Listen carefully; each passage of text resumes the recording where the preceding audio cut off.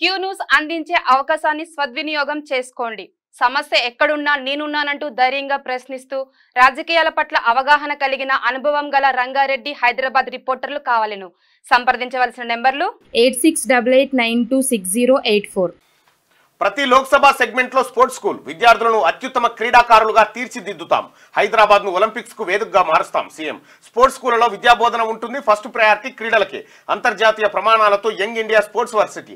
ఈ వర్సిటీ పరిధిలోకి అన్ని క్రీడా విభాగాలు, శిక్షణా సంస్థలు, నిపుణులైన కోచ్లతో స్టూడెంట్ల ట్రైనింగ్. దేశ క్రీడా రంగానికి కేంద్ర బిందువుగా తెలంగాణ మారాలని ఆకాంక్షిస్తూ ముఖ్యమంత్రి గారు నిన్న ప్రకటన చేసిండు. యంగ్ ఇండియా స్పోర్ట్స్ వర్సిటీలో ప్రతి క్రీడకు ప్రాధాన్యం ఉండాలి అని, అన్ని రకాల క్రీడలకు క్రీడా శిక్షణ సంస్థలను ఒకే గొడుగు కిందకి తేవడమే స్పోర్ట్స్ యూనివర్సిటీ లక్ష్యం.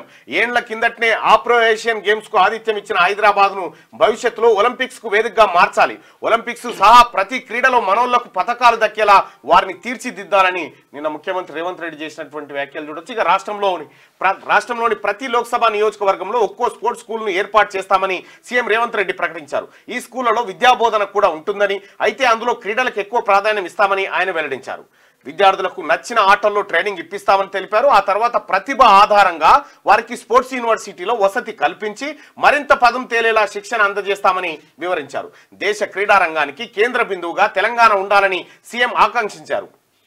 ఇందుకు అవసరమైన చర్యలు తీసుకోవాలని అధికారులను ఆదేశించారు. హైదరాబాద్ లో ఏర్పాటు చేయనున్న యంగ్ ఇండియా స్పోర్ట్స్ యూనివర్సిటీపై సోమవారం సెక్రటేరియట్ లో ఉన్నతాధికారులతో సీఎం రేవంత్ రెడ్డి సమీక్ష నిర్వహించారు.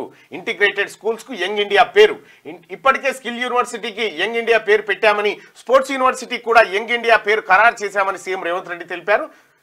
రాష్ట్ర వ్యాప్తంగా ఏర్పాటు చేస్తున్న ఇంటిగ్రేటెడ్ స్కూల్స్ కు కూడా యంగ్ ఇండియా పేరు పెడతామని వెల్లడించారు. యంగ్ ఇండియాకు తెలంగాణ రాష్ట్రం బ్రాండ్ గా మారాలని ఆకాంక్షించారు. క్రీడా నైపుణ్యాల్లో తెలంగాణ ఒక శక్తివంతమైన రాష్ట్రంగా గుర్తింపు పొందడానికి అవసరమైన అన్ని ఏర్పాట్లు చేయాలని అధికారులకు ఆయన దిశానిర్దేశం చేశారు.